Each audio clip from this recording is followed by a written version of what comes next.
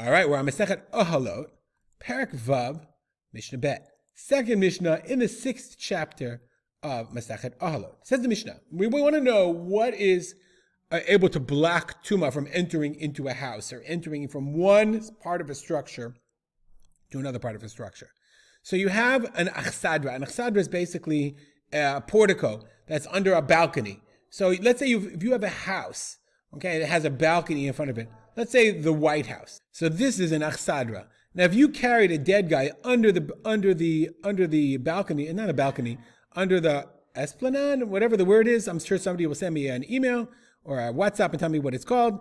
Under this portico, I guess, if you carry a dead person, so then the Tumah, since it's under the Ohel, the Tumah, if the doors are open, if there's a potech tefach, it can go right in. It's like it's in the house. I mean, it is in a way in the house. After all, technically, what's the inside or the outside? You're inside the house.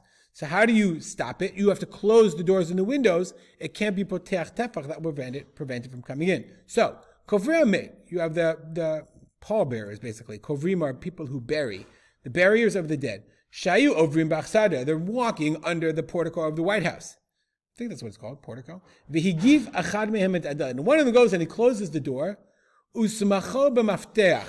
And he leans it on a mafteach. So here, the word mafteach commonly now, it means a key, obviously. But the mafteach here means something, I guess, I think that what it means is like there was a structure, some kind of tool or what have you, that was used to open the door. Okay, and he leaned that thing in order to prop up and to close the door. So if the door can stand on its own, tahor, then it's fine. But if the door can't stand without this maftech, meaning if the door only stands there, and remember, I don't think we're talking about a door that was on hinges like our normal doors. Rather, it was talking about a door, perhaps like a beam or a piece of wood. You know, they probably didn't have doors in all the houses the way we do. So a piece of wood that would stay there, and then they would put a mafteach, the key, could very well have been a beam that would be set across and set into the doorway. So if the door could stand on its own, would stay there by itself without that additional mafteach, whatever that was, then it blocks, then the door is part of the house, and it blocks the tumah. The imla, but if the mafteach is there, blocking, and without it, the door would not stand, then tameh, then the whole house is tameh. Why? Dechol davar hanismach bekelim, anything that is leaned upon or relies on vessels, eino chotzeitz bifnei tumah. Then it's not a chatzitza, it's not a tumah blocker. So therefore, if the door can stand on its own, it's a tumah blocker part of the house. But if it needs that mafteach, this kli, this vessel, in order for the door to stand on its own, okay, then that's not chotzeis. We said, a person, as we said in the last Mishnah, a person or a kli or a vessel cannot be an ohel, cannot be part of a structure to be mitaher. And we're going to see the same thing in the next case. And the Mishnah says similarly, v'chein chavit shel grogarot or dried figs. If you have a barrel of dried figs, or kupa shel tevin, or a kupa, a basket of straw, they're in a window, and the window is obviously blocking between the tum'ah and the tahara. I'll show you a picture from Rav Steinberg here, from Rav Steinberg of the Marot HaChaim. So he shows you the following. I just WhatsApp it to myself so you can see. Yeah, here's the door, right? You have tum'ah. Where's the tum'ah? Can we see the tum'ah? It doesn't show where the tum'ah is. Okay, you have a window, and you filled it with these kelim. Okay, you have tum'ah here, and you filled it with the kli. Now, by the way, it's a kli cheres. So you have grogo to kupa shel tevin, right?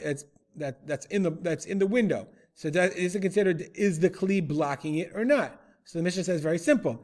If the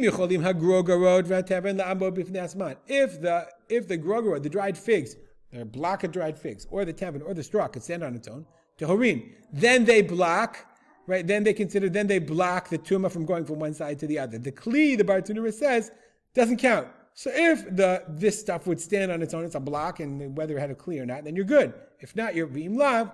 And if they wouldn't stand on its own without the kli, tmeim, because you have to look at it as if the kli is not there. Similarly, very interesting case. You made a wall. So what's the best way to make a wall? You took kankanim, jugs, and you built a wall out of jugs. Then you plastered them over.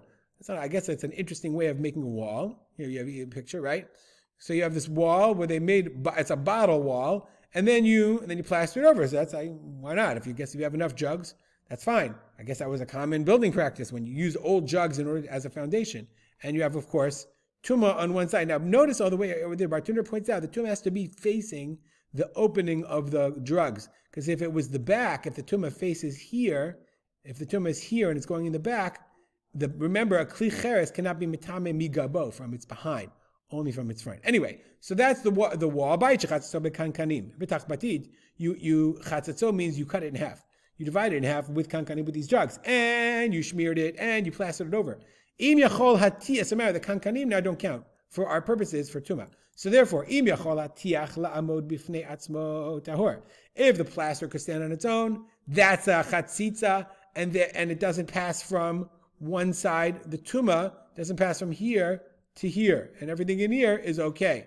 But if not, v'im lav tameh, the other side is tameh as well. We'll stop here, and we'll dedicate our learning to the memory of my father, Harab Simcha ben, I lost my place, Yitzchak Kalman.